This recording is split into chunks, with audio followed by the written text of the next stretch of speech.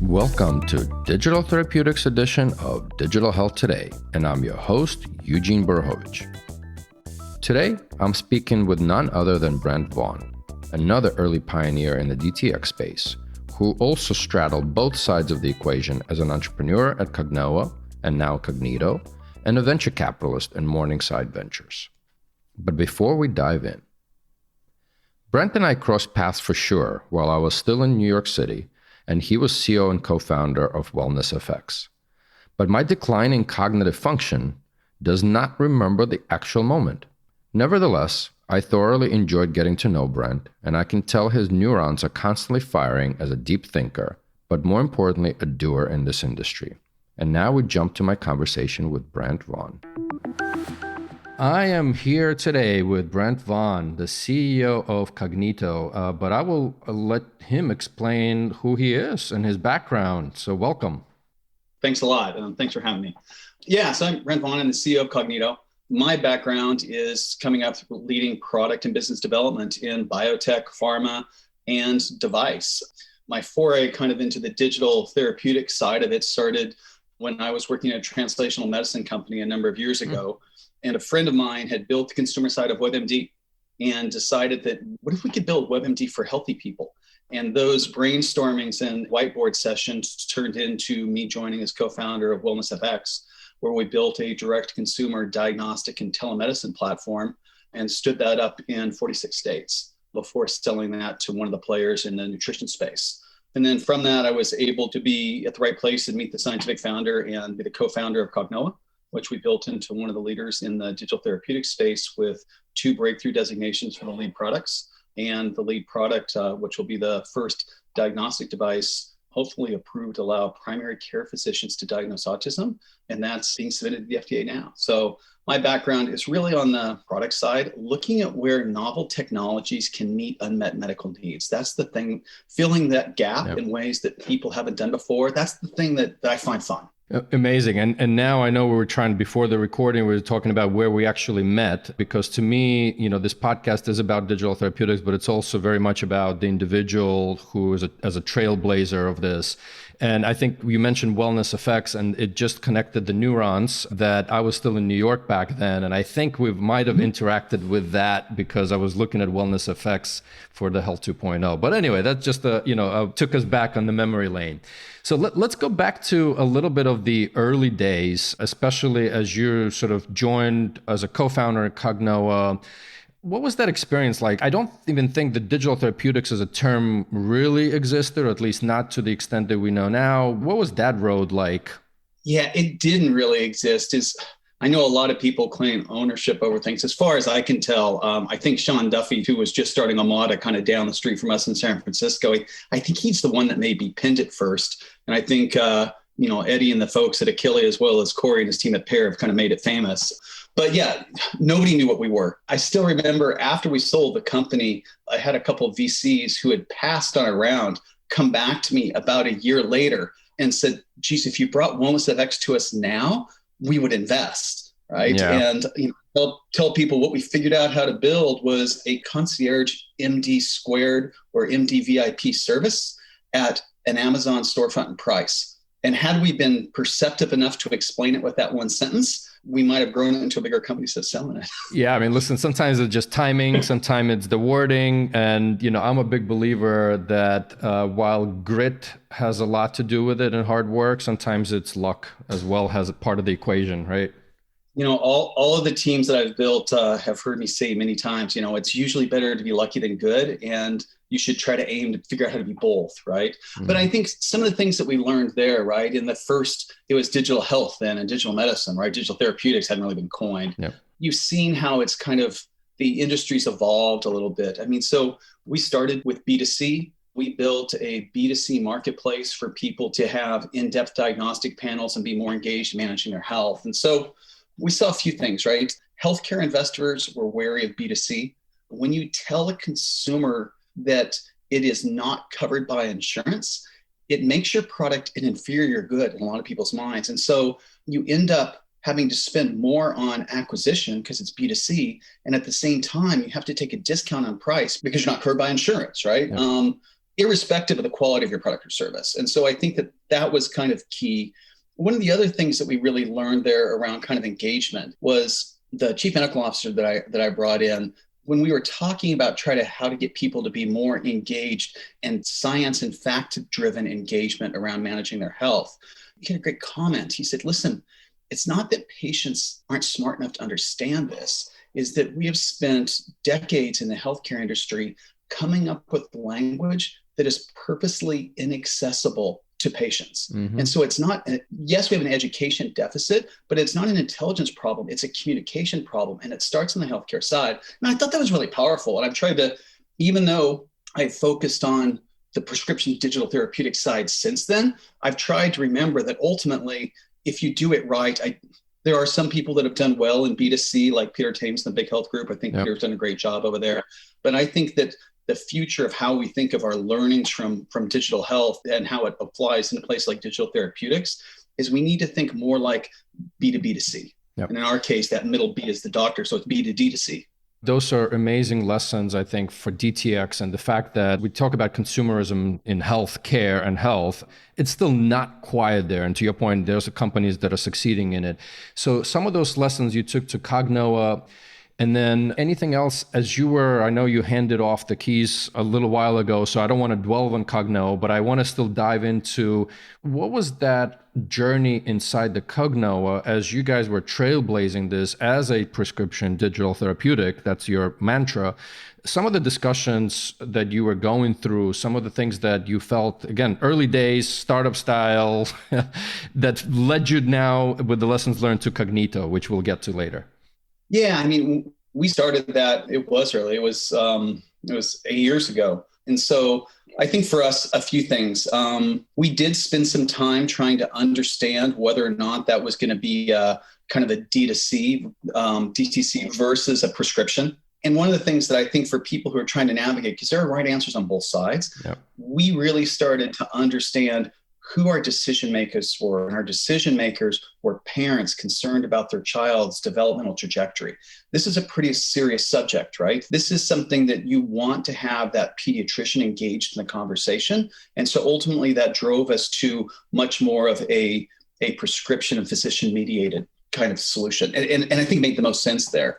So, I mean, I think that was one of the real kind of keys learning over there. And then I think true improvements in healthcare, they improve outcomes, they lower total system costs, and they increase patient engagement, right? And for that increasing of patient engagement, when we learned that mantra back when I was at Lilly, that last point about engagement wasn't part of it, right? It was just improve outcomes and lower costs. And so I think that if you look at people in the DTX and kind of therapeutic device space that are doing well, the ones that have that involvement of a strong UX voice early on, that's how you preserve that voice of the patient while still developing a prescription regulated product. Yep. Agreed. And so what led you to Cognito? I know you spent some time in Morningside as well as a VC, and I know that they're an investor is Cognito. So maybe a little bit touch on your VC and a little bit of the hypothesis and what made you join Cognito now. Sure. Yeah. So Morningside had been our lead investor at Cognoa. And so I developed a relationship with them over 6 years. When we handed the company off to the new CEO to start to drive the commercial phase of the company, I got to move to the Morningside side and really take point on doing diligence and looking at companies in the digital therapeutic space, as well as the AI machine learning platforms in healthcare, because Cognoa was built on an AI machine learning platform. So that was fun. I mean, I got to see a lot of different things. And hopefully that makes me slightly better at presenting your story going forward, having been on the other side of so many. I tell you, having been on the other side so many times, I tried to always be responsive and have empathy for folks that were presenting to us, right? But as I was doing that, I started to see what I thought were kind of some macro trends. And sometimes you need to take a step or two away from things to really, you need a little distance to gain perspective, right?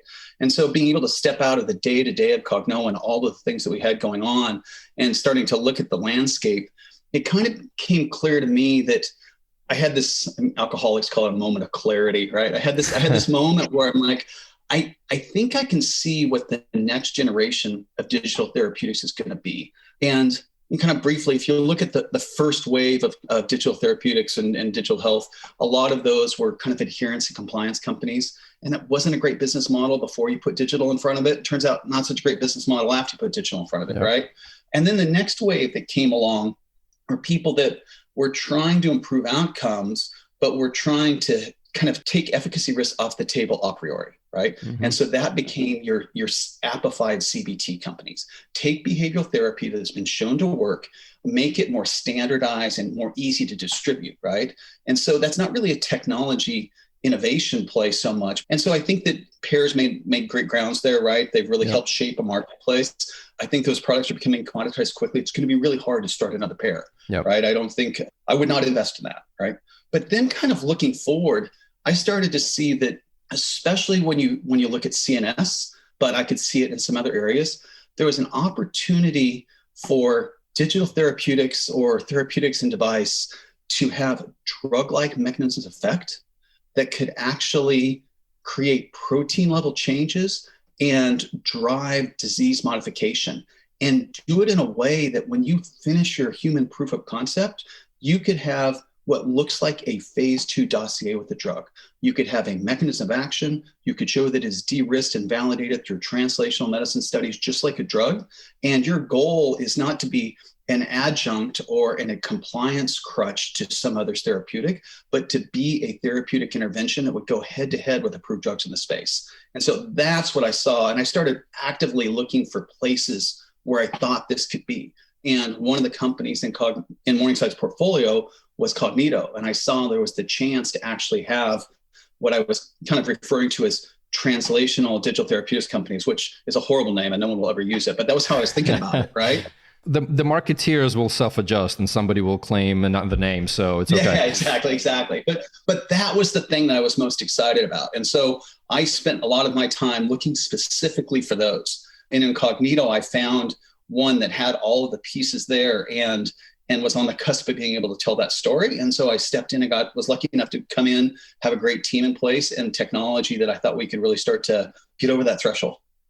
So, part of this podcast is also try to demystify for consumers, right, and health consumers, what actually is a digital therapeutic. So maybe you can walk us through that experience of a patient on Cognito, assuming, as you guys get rolling and commercializing, what does that experience look like from a human behavior perspective?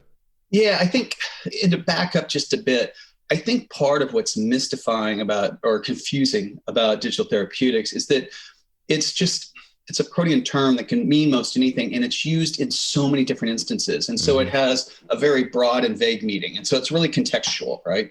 I think for us, it's very specific. We have hardware and software that allows us to replicate the technology that was first developed by our scientific founders, Ed Boyd and Lee Wei-Sai at MIT.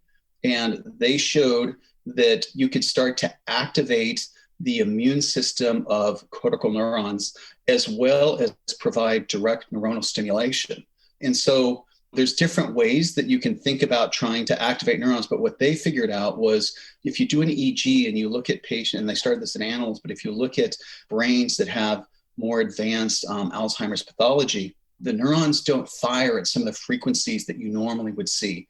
And so what they found is when they added signals or stimulation at gamma frequency, it's quite interesting. As soon as you start adding this to the brain, the neurons start to fire in concert with it. And you start to get what's called entrainment. So different parts of the brain start to fire together in concert. And it turns out this is one of the things that stops happening as you advance the pathology of Alzheimer's. And so they looked at different modalities. And what we found is, in my past, I'd worked in companies developing novel drugs with Alzheimer's. And so one of the first hurdles you have to overcome is the blood-brain barrier, right? How can you get the right amount of drug into the right place? What they discovered, and one of the real cruxes of this, was you can get direct access to the prefrontal cortex by using the auditory cortex and the visual cortex. And instead of trying to put a drug in through the bloodstream and ultimately get it across the blood-brain barrier. And so we provide modulated frequency and intensity of light pulses and auditory pulses. And we use software to be able to control how we deliver them. And those in turn start to stimulate those brain cells. And the brain cells do two things. As they start to fire at these gamma frequencies and they start to entrain, it starts to change chemokine and cytokine expression. It starts to change upregulation and downregulation of processes in the cells, which turns on the immune response. So microglia activation. So we start to clear A beta and tau without having to shove an antibody in there to do it. But at the same time, if you've been around neurologists and CNS, right, and neurologists always like to talk about, cells that fire together, network together. And having this entrainment and getting these neurons to fire together, they start to network together. And we now been able to show both in animals and now recently in man, fMRI that shows we're improving and increasing the functional connectivity between key areas of the brain. And so we modulate the biology of these cells and have an on-mechanism effect that creates protein level changes. We just do it through the visual and auditory cortex instead of through a drug. Got it. And again, is it an app? Like how I, as a consumer, so from a pure, really like a user experience? Yeah, so as a user experience, it's a device that the patient can use at home. So our most recent clinical study was 12 months on therapy. Patients did this on a daily basis at home with their home care provider, which is oftentimes a family member. Mm-hmm. And so they're able to sit at home, able just to have a device that they can wear at home that provides the light stimulation and the auditory stimulation. Gotcha. And, it's interesting that Cognito was already in the portfolio. We had Ed Cox on one of the previous episodes, and Alzheimer's space is tough, and sounds like you've been through the paces on the molecular side. You did talk a little bit. It's a big problem to solve, but you've seen, the passion is just exuding. So can you kind of say why still Alzheimer's? I know it's one of the toughest problems to solve out there, both in molecular and non-molecular, and what makes you think you can do it again? Yeah, in the world of drug development, or therapeutic development, all the low-hanging fruit's been grabbed, right? It's all been solved. We're really good at emergency medicine. We're pretty darn good at infectious disease, but there's some things. Chronic diseases of aging, we're getting better at bad build indications, right? People that have genetic constructs, and we treat those, and the rare disease folks are good at focusing on those. But the chronic diseases of aging and the diseases of just kind of wearing out are the big challenges, right? This is cardiovascular disease. This is Alzheimer's. This is, MS falls into that. So the autoimmune starts to fall into that, right? And so I think that there's just two types of people. There's people that would rather make an incremental change with a lower likelihood of failure. And there's people who want to try to fix the things that have stymied others. And that's what attracts me. I get a sense of what kind of person, which bucket you fall in. So that's good. Yeah. So in Alzheimer's I think that when you see major pharma companies dial back and exit basic CNS research, right? This is a huge problem. Nobody can replace what a pharma company that was spending $1 billion in the space was doing, right? And so I think continuing to work against these are the ways that we ultimately solve these problems. And our understanding of the etiology of these diseases continues to increase.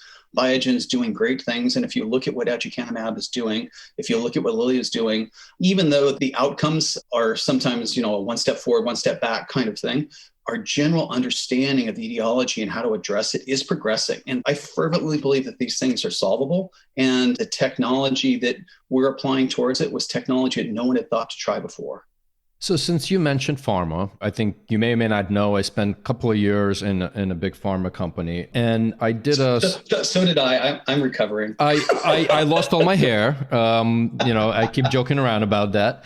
But, I think to me, it's an interesting relationship, as I was trying to push quite a lot in the DTX space. It's an interesting relationship. And to me, the DTX company is really getting to know the end consumer and the tremendous amount of data points and all of that. And, the dilemma a little bit is it a DTX company with the knowledge of the consumer that will swallow the pill, meaning there might be an additional molecular treatment for your ultimate DTX? Mm-hmm. Or is it pharma companies that will swallow DTX companies as an add-on to them? Or is it on the spectrum somewhere? I'm just curious where you, Brent, as you've been leading and trailblazing this, where does that fall in? Yeah, I think it depends on what the indication is you're trying to address, right? In the same way that kind of earlier, I kind of spoke about whether you end up being prescription or you end up being kind of a B2C. It really depends on, if you're trying to deal with insomnia versus trying to diagnose autism or slow the progression of Alzheimer's, right? So I think that they have different places. I think for us, I'm jaded against adherence compliance. I'm jaded against appifying CBT. I think that with Cognito and the companies that I see as being able to plot similar journeys, I think that there is the ability to have drug-like effects and drug-like outcomes. And when you think about working with pharma, not going in because they've got a distribution network you want to leverage, or going in because they can pay for clinical studies that you haven't figured out how to raise money for, but going in a true co-development relationship where you say, listen, we have a mechanism of action that can affect disease modification, and we have no drug-drug interaction. So we can look at true combination therapies and the way like a Gilead would have thought about it, right? And so I think that, and there's different slices, right? Will there be a slice for people that do adherence compliance? For sure. And will there be a slice for people that are appifying CBT? But those are just not the ones that I'm excited about right now. And so I think the only problem is if you misunderstand what segment you're in, because then you can waste time and money and maybe not be successful because you were just, you were tilting the wrong windmill. Well, that sound means it's time for a question from my journalistic partner on this podcast, Brian Dolan, who is the founder of Exits and Outcomes, and as I like to call him, the digital health detective. Let's see what question Brian has for our guest today. The last time we spoke, Brent, you outlined an evolution of digital therapeutics that I hadn't heard before, and it resonated. If I remember right, you talked about the early digital therapeutics really being medication-focused, trying to help people take their meds. And then it evolved into appified coaching, which might be one way to think about the current crop of CBT-focused digital therapeutics companies. And then the third category, which is emerging today, is a category that Achille and your old company Cognoa, as well as your current company Cognito, are in. Can you explain this third category? How is it different from CBT? And can you explain it in a way that those of us who majored in philosophy can understand it? Great. Thanks, Brian. That's a great question. And happy to expand on a little bit. I mean, your question, explain it in the way, a philosophy major would understand. I was actually a minor in philosophy. I was one class short of being a double major in biochemistry and philosophy. So there you go. And I might argue that some of the philosophy classes has served me better in leading companies than being a biochemist. But, to expand a little bit in how I think about the different categories and how I see this next generation of digital therapeutics, I think it really comes down to being able to when I talk about drug-like mechanism, it's not that I'm married to the idea of a drug or that therapeutic, but we've all come to accept this idea that drug therapeutics, whether it be biotech or pharma, have a target that they modulate. And that target modulation yields an on-mechanism effect. And anybody who's worked in biotech and pharma, when you say target modulation and on-mechanism effect, they know exactly what you're talking about, right? And so that's what we see. Our target modulation is when we have an EEG on a patient and we flip the switch and add our stimulation, you can see the gamma entrainment and the coherence start to build across parts of the brain, literally like turning on a light switch. So we know we are modulating that target, and we know that our therapeutic is getting in. It would be the same way as if you gave someone a tyrosine antagonist and you were able to, receptor antagonist, you were able to see the change in modulation of the receptor, right? And then when we think about on-mechanism effect, and this is where I think this generation of digital therapeutics is going to be able to distinguish themselves. I think it's important to use the translational biomarkers, things like we use PET, we use fMRI, we use QEEG, use the same tools that a pharma company would use to elucidate a phase 2 dossier for their therapeutic. And if you can tell the story the same way with the same type of tools, then ultimately you should be able to look at the same type of label claim and be able to be valued in a similar way. And I think that's the exciting future for what I think of as the next generation of digital therapeutics. Let me jump in here. This actually brings me to a little bit of the next futuristic discussion of, PDT as a prescription digital therapeutic, and then what I think people have been talking about, disease management 2.0. So if you think about like WellDoc, Livongos, Amadas of the world, where's your head on it, especially as it relates to this new third translational portion of it? So I think that the Omadas and the WellDocs and the Livongos, that's a whole nother conversation there. And I think, although when we started Wellness Specs, we could just about, I think we probably see Omada's building from our building. We're both down in San Francisco when we started in the early days. I think what a Livongo did so well is Glenn Tillman and his crew really figured out execution and scale on the commercialization side, right? And so I think that's quite interesting. In that, people have talked for so long about expanding the role of and moving things from specialty care, which is what it was when we all kind of grew up, right? More and more, you got to the point where all GPs did was refer to specialists, right? Yep. And medical care got more and more siloed. And if you think about it, less and less patient friendly. And we've seen more and more start to drive back towards that primary care side and a bigger push to give more power to influence patient trajectory to the nurses and to the other non-MD practitioners, which makes a lot of sense. It lowers our cost of delivery. It improves turnaround and immediacy of care, which ultimately should improve outcomes, right? So it checks all the boxes. And I think that the way I look at it, and I don't pretend to understand Livongo and Amada's business like they would, that's really an extension, right? They're extending that continuum of care farther out of the doctor's office and more where the patient is every day. And so I think that side's quite interesting. I think that the kind of the appifying of CBT and those type of the areas for which there's not much efficacy risk, they're just getting too commoditized, right? When I was on the venture side, I saw multiple companies that were getting stood up in that space. And it was clear to me that some of the big payers and providers were being faced with that build or buy decision. And instead of investing in an established player, they realized the barriers to entry were not that big and they're just going to build their own, right? They've got the data, they've got the patients, and the efficacy risk is low because the data is published. And so that's why I see that. Not that it's not a valuable intervention. I just see that as a business model getting difficult. Yep. And so I think that this digital therapeutic piece that on the prescription side, if you start to look more like a drug or a therapeutic device, you fit into the way our healthcare service works. And so I think that has more longevity. If you're starting a company with a completely novel technology or product, that's exciting. Now, if you're starting a company with a known technology or product, like say, movie rentals, but you have a completely different business model and distribution, that's pretty exciting. Yep. When you start a company with a completely novel product or service and a completely novel business model, I think you need to start with a ton of money.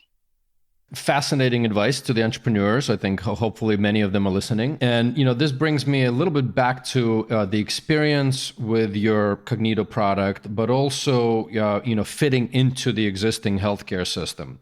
Obviously, you're going after as a prescription digital therapeutic, so it's clear the doctors are part of that equation, but correct me if I'm wrong. Nurses, and I guess the human, and I know we talked about kind of the translational piece to the masses or consumers. I keep saying it on this podcast, I hate the word adherence because no human being wants to be told you're not adherent. When it comes to Cognito specifically, do you look at, health coaches, caregivers, and that human to even help that patient to truly reach their goals ultimately, right? So where do you see the humans in the prescription digital therapeutic? Well, I want to go on record by saying that humans are important. So I'll just start that since it's so controversial. It is.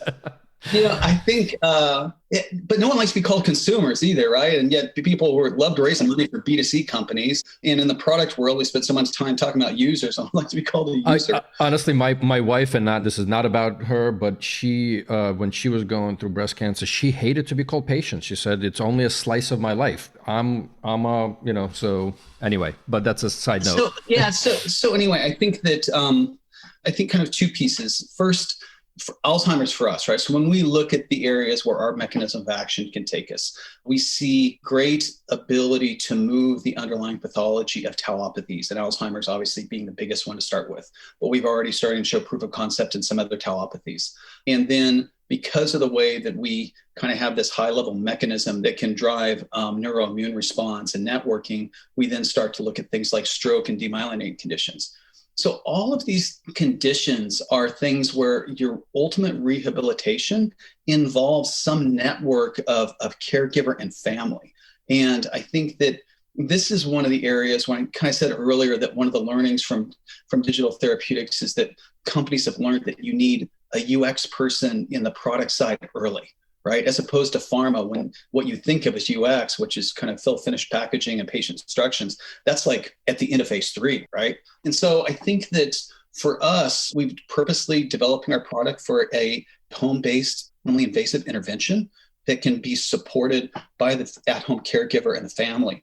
And so we think engaging that network, especially when you're working in behavioral health or when you're working in CNS, is really important, right? Because that is ultimately the world around us and how we interact with it. That is part of how we drive our rehabilitation. And so I think for us, that's quite key, trying to expand those roles and trying to get, one of the things that kind of got me into back at the very beginning when we started Wellness FX is that I believed that the idea of infrequent batch delivery of healthcare information, going to your PCP and having them lecture you once a year that you should eat better and lose weight and exercise more, turns out is a pretty failed communication model. And what we see around us everywhere else is when everyone takes infrequent batch communication and moves it over to higher frequency, smaller packet information that's more interactive, you just get better engagement and outcomes, right? And so I think that to do that in things like Alzheimer's, you either need to have a huge care network, which is going to be burdensomely expensive, or you need to figure out how to better engage the people that are part of that environment. And to your comment about your wife, right? Not just think about how you would treat the patient, but if you think about how you're treating the person, then that opens up that whole social network and family network around them.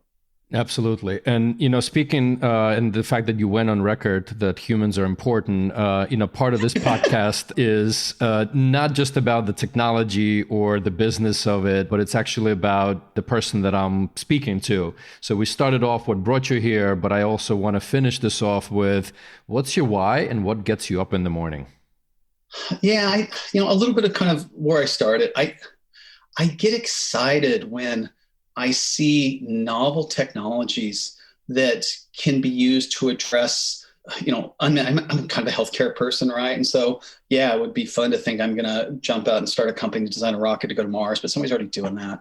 And so I think for me, since I understand a lot of the problems in healthcare, having been around it for a long time, when I see a chance to use novel technologies to solve some of these, it gets me kind of interested. And one of the things that I saw that helped me really kind of solidify this idea of these drug-like digital therapeutics that have kind of translational validation. When I first shared this with a couple of friends of mine, they thought that a digital therapeutic that could make protein level changes sounded a little crazy.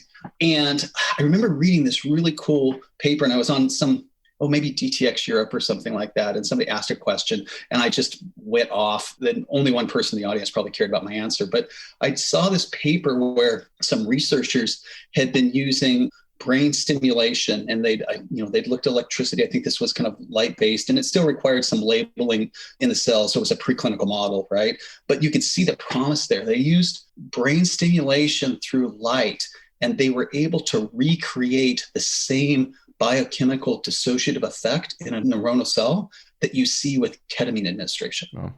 And the light bulb just kind of went off, right? Yeah. Just think if we could have an electronic version of ketamine that we could flick on and off. Think of what that would do for breakthrough pain for cancer patients, for example, yeah. Right? For emergency medicine. And so I think that there's this exciting world where we stop using software and hardware technology to prop up or support or, make sure people take a drug or measure a drug, but we start using it to say, forget about the drug. What was the effect we were going for?